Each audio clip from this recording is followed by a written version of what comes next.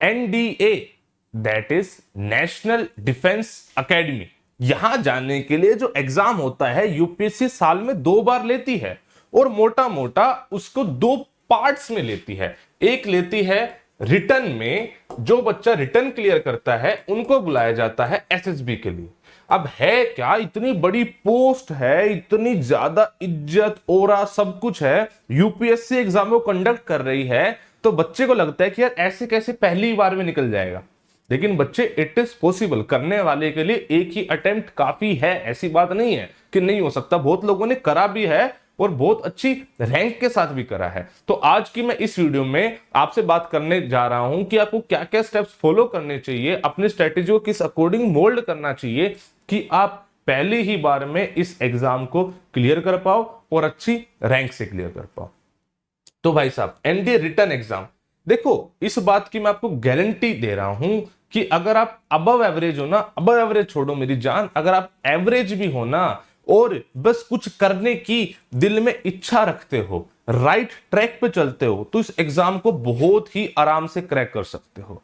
NDA का जो exam है, ये ऐसा एग्जाम नहीं है कि इसको सिर्फ कोई इंटेलिजेंट बच्चा ही निकाल पाएगा, नहीं, एक एवरेज बच्चा इस एग्जाम में टॉपर बन सकता है। कैसे, मैं आपको बताऊंगा।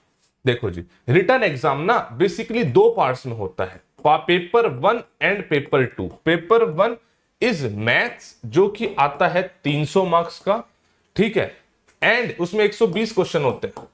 Paper 2 is GAT, general ability test, जो कि आता है 600 मार्क्स का, इसमें 150 क्वेश्चन होते हैं। तो हर क्वेश्चन 4 मार्क्स का, हर क्वेश्चन 2.5 मार्क्स का, मोटा मोटा ये सारा सिस्टम है। और आपको इस पेपर को इंडिविजुअली भी पास करना पड़ता है, दोनों पेपरों को कुछ स्पेसिफिक परसेंटेज यूपीएससी रखती है और ओवरऑल एक मेरिट में पास करना पड़ता है। अब है क्या, अब मैथ्स की बात करें, देखो अच्छा, अगर किसी ने सब्सक्राइब नहीं करा है ना चैनल को, तो सब्सक्राइब जरूर कर देना, वरना मैं बता रहा हूं ऊपर वाला माफ नहीं करेगा। सिर्फ नॉलेज लेकर चले जाते हो, सब्सक्राइब नहीं करते हो।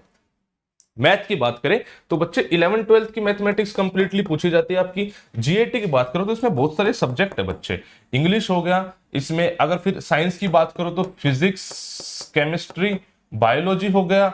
इसके अलावा जीएस की बात करो तो जनरल नॉलेज वाले सब्जेक्ट होते हैं उनकी बात करो तो हिस्ट्री हो गया बच्चे, ज्योग्राफी हो गया, पॉलिटी हो गया, इको हो गया और करंट अफेयर हो गया।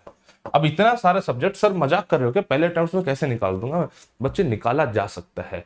आप प्लीज एक चीज को समझने की कोशिश करो, ये पूरा 900 नंबर का पेपर हो गया, 900 में से कट ऑफ कितनी जाती है भाई? 350 60 इतनी ही कट ऑफ जारी होती है। वो बात अलग, अगर आप 400 नंबर लाते हो तो आप बहुत ज्यादा सेफ हो, सेफ जोन में हो, एसएसबी में ठीक ठाक नंबर आएंगे तो आप पार हो जाओगे।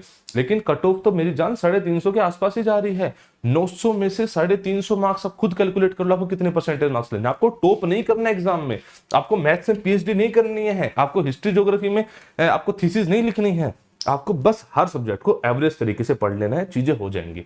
अगर आपको 11 12 की बात करूं तो देखो, एक बार आपको क्या करना है, सिलेबस को पूरा कंप्लीट करना है, बिकॉज अप्रोक्सीमेटली 30% जो पेपर आता है ना बच्चे, वो इजी पोर्शन आता है, जो सीधा फॉर्मूले बेस या डायरेक्ट क्वेश्चन होते हैं। तो एक बार आप पूरा सिलेबस गो थ्रू कर लोगे तो 30% आप क्वेश्चन अटेम्प्ट कर पाओगे, जो सीधे डायरेक्ट क्वेश्चन होंगे। इसके बाद अपने कुछ स्पेसिफिक चैप्टर चूज कर लो मेरी जान।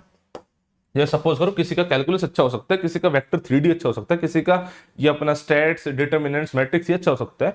उनमें कोई मुश्किल क्वेश्चन आएगा वो भी कर लोगे भाई। पेपर का पैटर्न इस हिसाब से होता है 30 40 30, 30% इजी, 40% बीच का और 30% हार्ड। इस हार्ड को तो गोली मार दो ना, एक बार सिलेबस पूरा करो, 30% पूरे हो गए, यानी 300 में से 90 मार्क्स तो वैसे आ गए, मामला खत्म यहीं पर हो गया। ठीक है, आप एवरेज उस पर पास तो करेंगे, फिर भी आपको थोड़े से अच्छे मार्क्स लाने हैं तो कुछ स्पेसिफिक टॉपिक जिसमें कम से कम आप 50 मार्क्स एक्स्ट्रा स्कोर कर सको, तो कैलकुलस हो सकता है, वेक्टर 3D, जो भी आपका दिल करे, लेकिन बहुत ज्यादा नहीं है। हर चैप्टर में ही सारे क्वेश्चन कर लेना जरूरी बात नहीं है बच्चे, नहीं है। आप समझो अगर 300 में से 150 नंबर आ रहे हैं तो it's a good score, 50% marks हो गया। हमें तो कितने चाहिए थे देख लो आप खुद, ठीक है, 150 number is a good score. अगर बस पॉइंट वही है कि आप चूज कर लो कि हाँ जी सारे इजी क्वेश्चन हो जाएंगे मेरे, उसके बाद स्पेसिफिक एरिया से क्वेश्चन भी पूरे हो जाएंगे। बात आते हैं जीएटी पे। अब जीएटी में बात करते हैं, अब history, geography, polity, economics, current affair, वैसे तो बहुत बड़े बड़े सब्जेक्ट है, लेकिन आप अलग से वीडियोज ही पढ़ी हुई है इंपॉर्टेंट टॉपिक्स की, इन सब्जेक्ट के इंपॉर्टेंट टॉपिक्स की वीडियो पड़ी हुई है। अगर आप इतना भी करते हो ना तो इसमें से 200 में से आप मान के चलो 120 से 140 नंबर तो बहुत ही इजी होता है स्कोर करना। और इतना सब मैं आपको गारंटी देता हूं कि 80 घंटे के आसपास तक में पॉसिबल है। मैं यूट्यूब चैनल पे भी करा रहा हूं, मैं भाई साहब अनअकैडमी भी करा रहा हूं, जहां से करना है वहां से कर लो। लेकिन मैं कह रहा हूं पॉसिबल है अगर आप इसको एवरेज मतलब बेसिक बेसिक पढ़ दो सारा। बस मैं ये नहीं कह रहा डेप्थ में पढ़ो, हिस्ट्री के एंशिएंट हिस्ट्री में जाओगे, एंशिएंट हिस्ट्री में घूमते घूमते 15 दिन पागल हो जाओगे, हो नहीं पाएगी। लेकिन मैंने स्पेसिफिक टॉपिक बता रखे हैं कि उन टॉपिक को पढ़ोगे तो आपकी चीजें क्लियर हो जाएंगी, बेहतरीन तरीके से क्लियर हो जाएंगी। इतने नंबर लाना बहुत ईजी खेल है। फिर आता है इंग्लिश।